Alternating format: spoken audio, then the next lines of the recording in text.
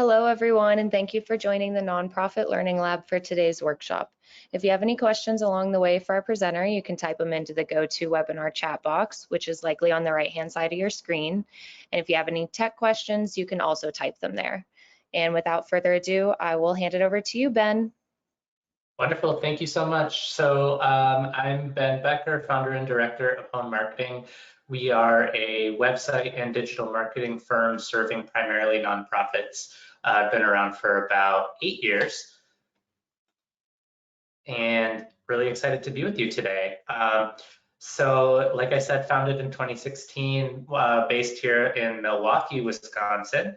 I have a nonprofit background. I started with AmeriCorps service and was placed in a variety of nonprofits around Milwaukee, and then ultimately worked at some national nonprofits. And I built a small but mighty team of passionate folks, passionate creatives who also have nonprofit backgrounds. Main services are web design, digital marketing, brand design, strategy consulting, and we've served a little over 80 organizations to this point. Our whole purpose is to help amazing nonprofits like yours to be more efficient and effective with your outreach so that you can keep changing the world. And that's really what we are passionate about, and this is our way of helping out. So let's dive in. Today we will, in the brief time that we have, talk about why a marketing plan is important, some simple steps to making or improving your plan, and then I really want to carve out a good chunk of time for Q&A, so I'll try to be as efficient as possible. So we're starting out with a poll here. So take your time to answer this question. How confident are you in your current online marketing strategy?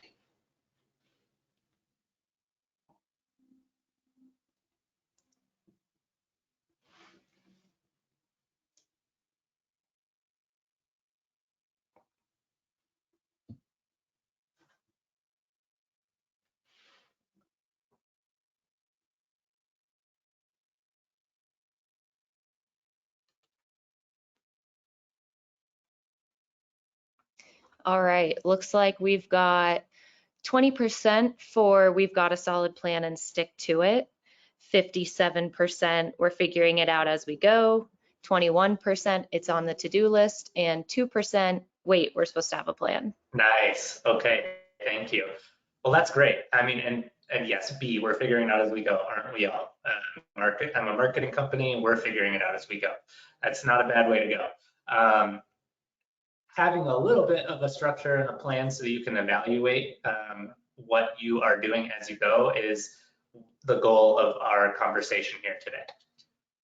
So how important is marketing really? This may be pretty straightforward for you because you decided to sign up here today, but we find that we are often having to explain the parts of marketing that truly are essential for an organization's function. So let's just go over that quickly before we dive into the nuts and bolts.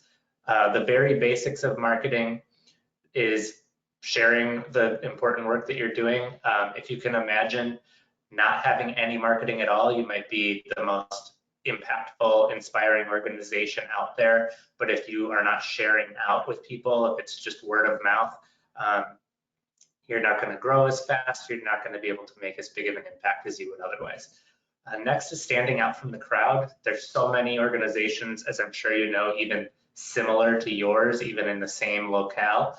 So how do you differentiate yourself and let constituents and supporters know what you're all about so they can make an informed choice about which organization to get involved with? And lastly is reaching your own goals by connecting to target audiences, donors, volunteers, and supporters of all kinds. So this is a fascinating statistic. In 2020, over 50% of all donors would credit social media or email marketing, two of the pillars of digital marketing, as their main inspiration for giving. So the boogeyman is return on investment for marketers. We hear about this all the time. Yeah, we want marketing support, but what is it really going to get us? And it's extremely difficult to measure because unlike sales for a business or fundraising, grant writing, it's not as clear. It's not a clear point A to B, the impact that marketing is making. But what we do know from research is that most people need roughly 7 interactions before taking action, before showing their support. So marketing is responsible for many of these interactions, planting seeds along what I call the supporter's journey. The supporter's journey is inspired by a very common marketing model called the buyer's journey for-profit businesses. And these are the 3 stages in the buyer's journey, which I borrowed for the supporter's journey. So it starts with awareness. Someone is curious, they have a problem or an interest, but they have no idea where to start. So the next is consideration. They're doing some Googling, they're talking to folks, they're finding out a list, maybe 3, 4 organizations, and considering which of them is most intriguing. And finally is making a decision. So they're selecting an option to go with and then taking an action like making a donation or signing up for an event. So let's look at this in practice. So an awareness, you might have as a marketer, a social media post that comes across someone's feed. That maybe that person finds your brochure at an in-person event. Maybe they sign up for your email list and they get an email invitation to an actual event that you're hosting. One more social media post, and then bam, they're at the event.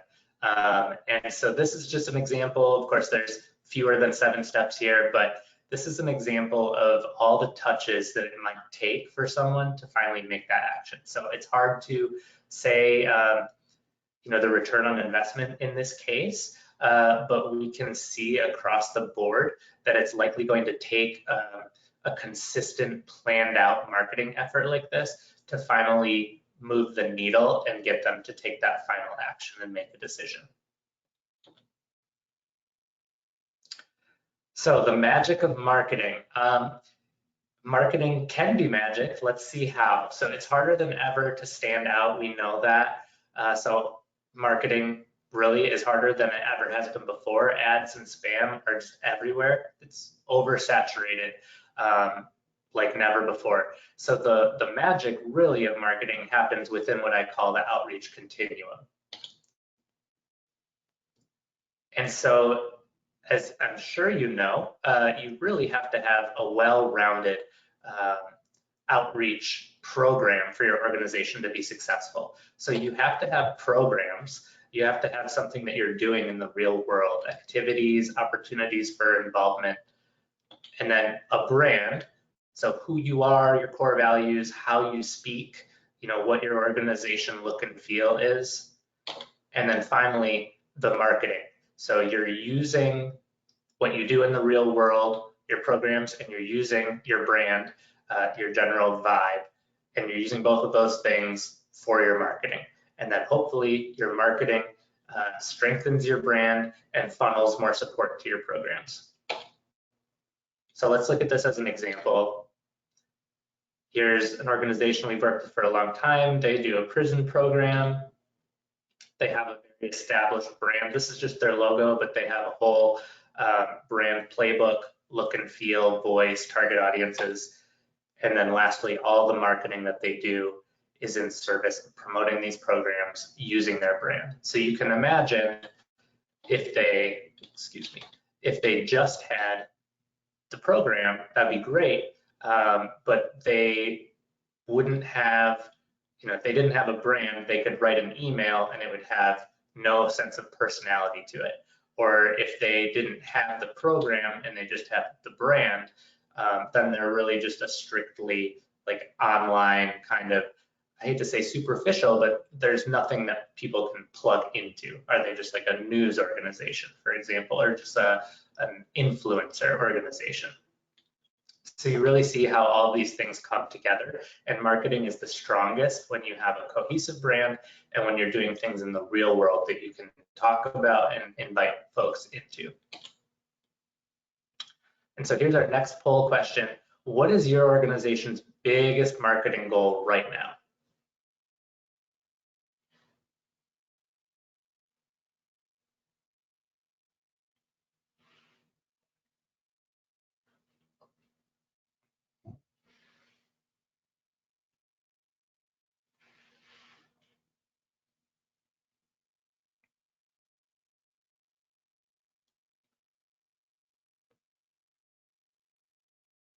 All right, it looks like we got 48% at increased donations, 3% attract new volunteers, 36% build awareness, 11% promote a event or campaign, and 2% something else.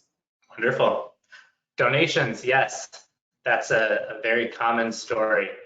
Um, Thank you for sharing that. So, okay, let's dive into more nuts and bolts, simple steps to making, and I'll add, or tweaking your plan for those of you who already have a plan that you're rolling with.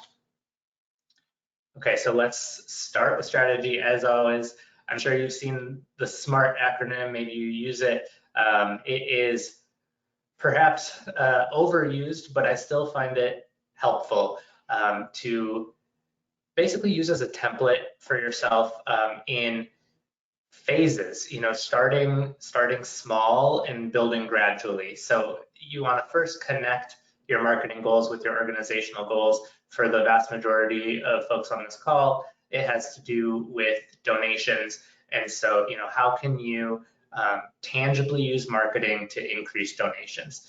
And my favorite way to use SMART goals is by really experimenting. So starting with a small amount of time, a specific campaign, specific tools, and just seeing how it works. And if you do this over and over again across months and years, you start to see a pattern of what actually works for your specific organization in terms of marketing. Because there's really not a one-size-fits-all approach anymore.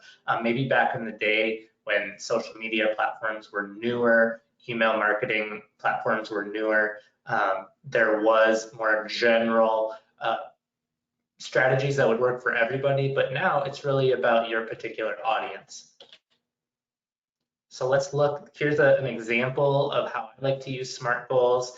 It's very quick and we'll see the acronyms here in place. So it's a very short time-bound goal, and you could make it longer. For my own business, we do a 3-year plan, and for a lot of the orgs we work with, we recommend doing every 6 months. We check in on their goals. So it's measurable and it's also attainable. So 20 plus clicks, very attainable. It's not too high, but we want to be ambitious as well. It's specific. We're going to post a donation link. So not just any link, but a donation link. And we're going to post it to Facebook, a specific channel. And then finally, it's relevant because it has to do with donations, which of course is important to the vast majority of nonprofits. Okay, next we'll look at the message. So when you're doing your branding, or perhaps you already have your branding established, you should have a voice, or what I call an essence, to your brand. And so you want to draw on that first and foremost. To deviate from your brand should be very intentional, and for the most part, you should be able to grab mostly just straight from what you already have established with your brand.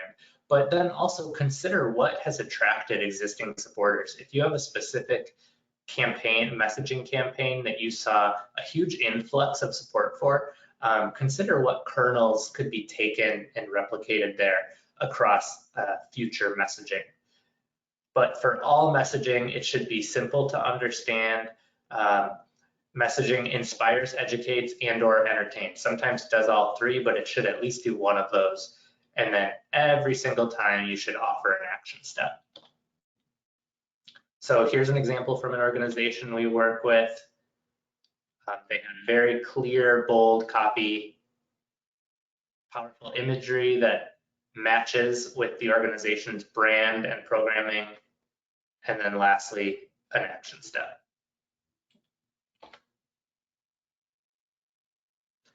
Choosing your channels. So we want to meet supporters where they are. That probably goes without saying, but importantly, you do not need to be on all channels. And this is something I see organizations struggle with. Just because there's a new platform out, like Threads or Blue Sky or TikTok, it doesn't mean you have to be on there. I think it's much better to first establish yourself on the channels where supporters are, and then slowly add on from there, especially if there's demand, like if folks are asking you why you aren't on XYZ. Because the worst thing is to have a channel out there, have it really not perform very well, and then just let it sit there. And maybe some people do try to message you on there, and if you're not actively checking it, you could be missing out on potential support. But going back to the basics, the most effective channel for outreach is still direct communication. So whether it's a one-on-one call or it's an event that folks are attending, or door-to-door, any of that, it's still going to be number one. Email, I look at as the next in line because folks are opting in to those communications, so they don't have to go anywhere to hear from you. They just open their inbox and it's already there. Social media is a little less direct than email because even though they have probably followed you on their social media account, the algorithm is such that it's less and less likely that you're going to show up in their feed, at least not in a good amount of time. Like you might show up a week later. And then lastly is website, because they have to search you out. So gone are the days really where people are subscribing to blogs or checking a website consistently. Now people expect to get information like that on social media or in their inbox. So this is a fascinating study that was done last year by Pew, and it's just showing the growth of active users on social media platforms. And so you can see YouTube is number one there. It's actually still the second largest search engine in America behind Google. And so it's remained in the top spot, followed closely by Facebook. Even though Facebook growth has clearly stagnated, it still has the most amount of users, but Instagram has been rising. And of course, Instagram and Facebook are both owned by Meta.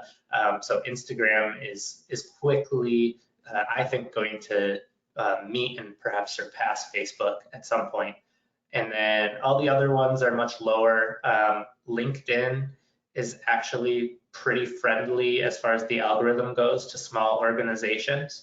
But a lot of the other ones are very hit or miss and potentially worth experimenting.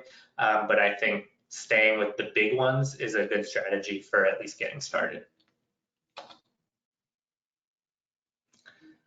So creating content, once you have all the other things in place, strategy, messaging, channels, then it's how do you populate those channels with content that actually engages folks.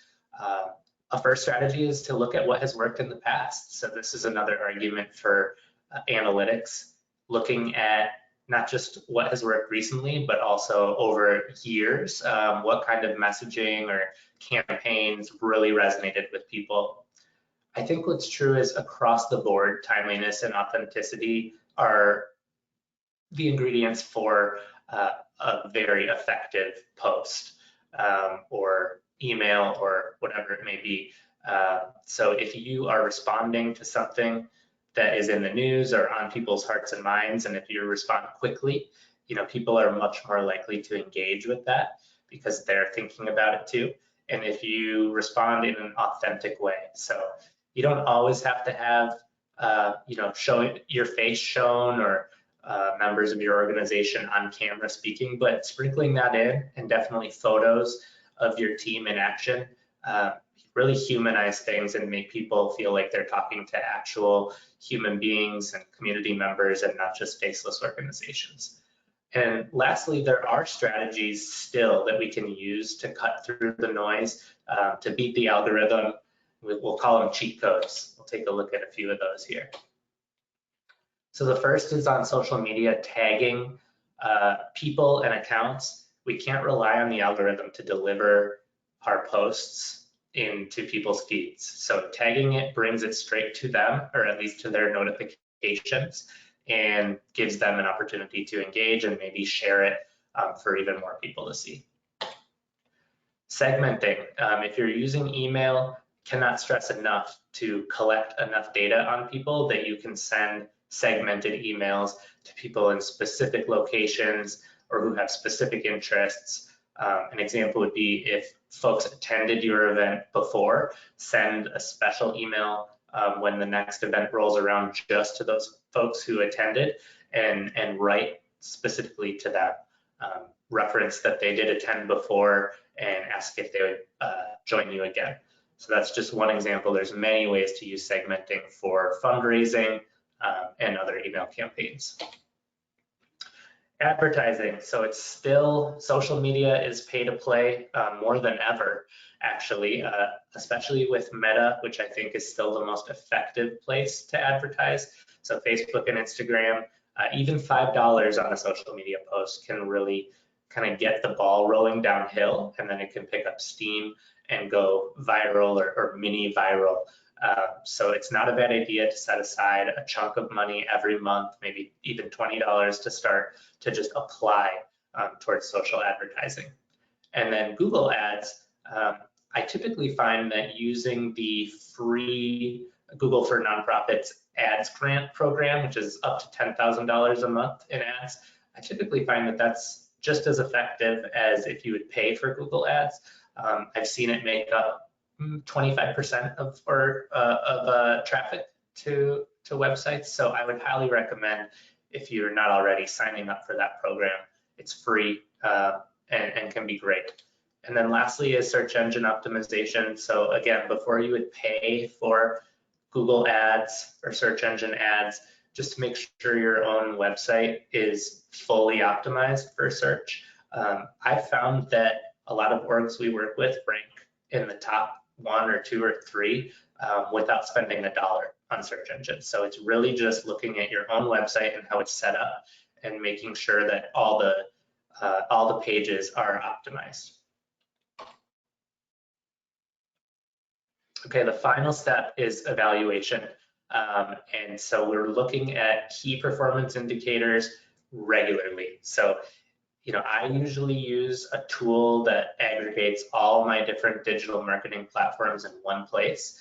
And so it can show the KPIs for each channel in one place. And then I look for trends. Which channels are performing well right now? What content, perhaps across channels, is performing well? And how are my strategies working?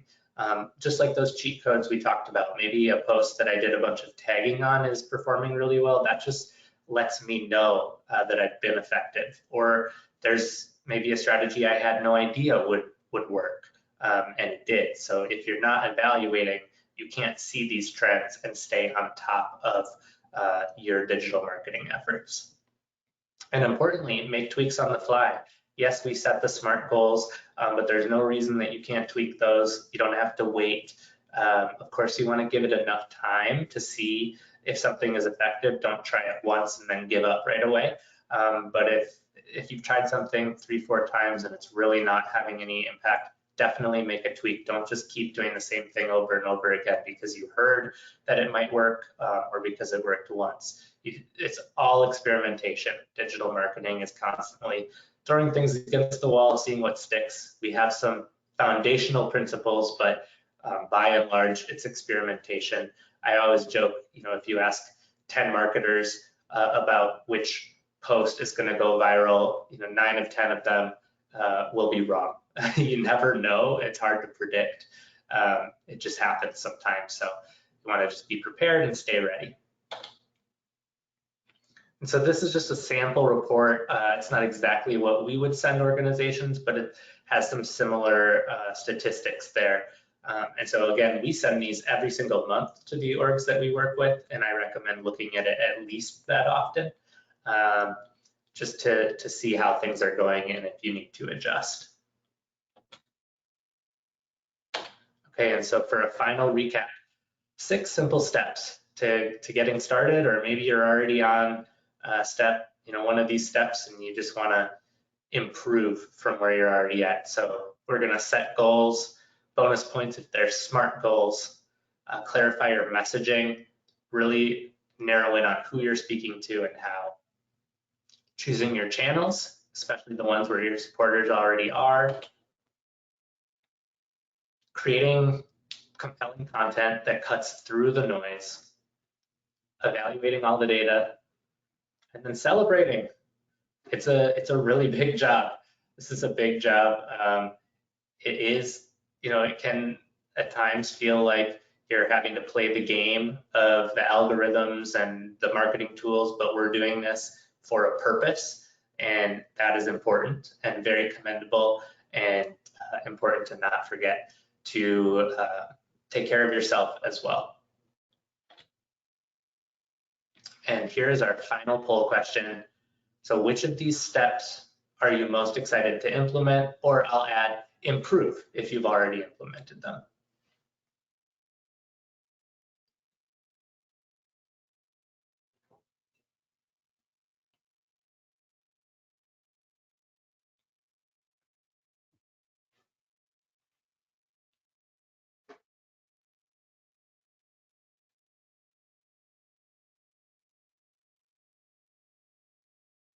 All right, it looks like we got 16% for goals, 21% for messaging, 10% channels, 29% content, and 24% evaluation.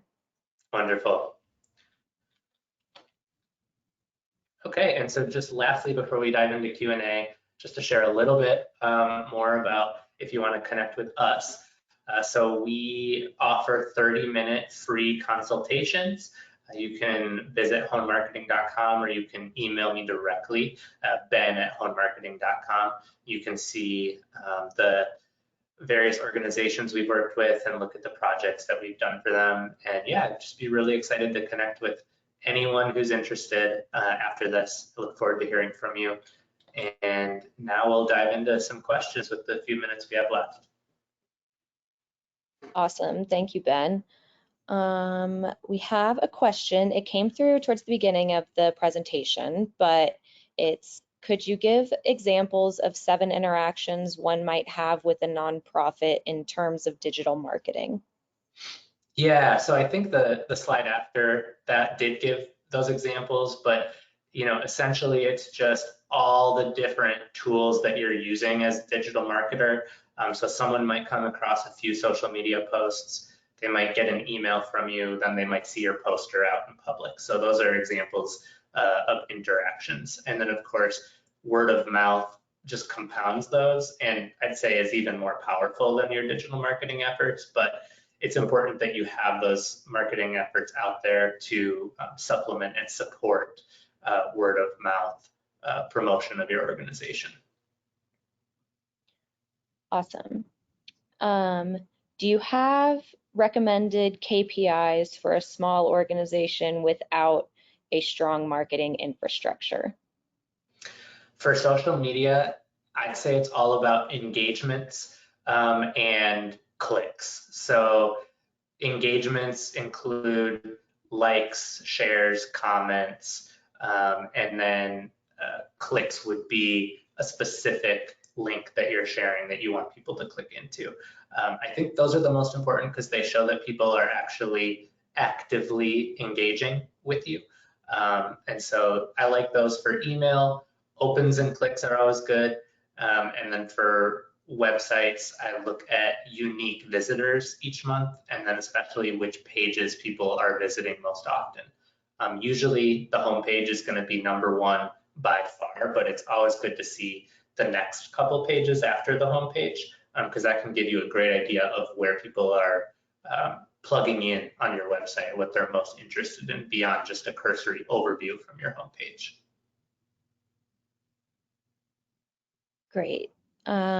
Could you repeat the name of the Google Ads program you were recommending using? Yeah, so if you Google for nonprofits, the first step is signing up as a nonprofit. So you submit an application there, and then after that, you have access to a bunch of benefits, including a huge amount of storage for Google Drive and email, and then you can set up your Google Ad Grants account after that. So the first step is getting approved, and then they'll guide you through setting up your grants account.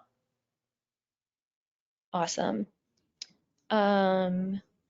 For advertising on social media, do you think that the ads are worth it for gaining more followers or more so for events or something else? Yeah, so Facebook specifically has an ad that you can use to just gain followers or new page likes. It is wildly effective in terms of getting page followers. We've seen that over years. You can get to like 50 cents per follower. So, if you're paying $100 a month, you'll get 50 new followers a month, almost exponentially. Now, what we haven't seen is that translate into further interaction as much. So there's no correlation between gaining tens of thousands of followers through that ad and then those followers actually even engaging on other posts, much less clicking through to your website to donate or anything like that. So it's not a bad idea if grant funders want to see that you have a huge follower count. Great, you can do that. But if you're just specifically trying to gain quality supporters for your organization, I think the ad dollars are better spent with promoting something that people can click into, like an event or a specific donation campaign, or boosting posts that are already performing well. So if there's a post that is just educational or inspirational in some way, not specifically focused on an action for them to take, um, you could throw some money behind it to help it get even more viral, and then those people could start to engage with your organization from there based on that post. Awesome. Kind of a follow-up question. Any thoughts on what you've seen perform best on Meta as a paid ad, video, one line of text, etc.? That's a great question.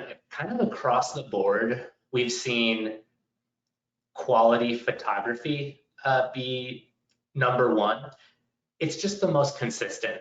Um, you could probably recall, like in 2020, around that time, infographics were really popular at the moment. And so they would kind of explode and have a real potential to go viral. It's so oversaturated now, almost like too much graphic design, too many Canva users out there. And so people like to see something really authentic, which is a great photography. It doesn't have to be pro, but just good enough photography of your organization actually out in the community, in the mix, or like photos of your team, things like that. So whether it's organic or paid, that's usually what I opt for. Awesome. It looks like that's all of our questions for today. So thank you so much, Ben. This workshop's officially come to a close. If you're interested in receiving the recording and materials from today's workshop, you'll be able to download them on the bottom of our free webinar page, or you can email us at program@nonprofitlearninglab.org. Thank you so much for participating. And again, thank you, Ben, for educating our community. Thank you all. I appreciate you.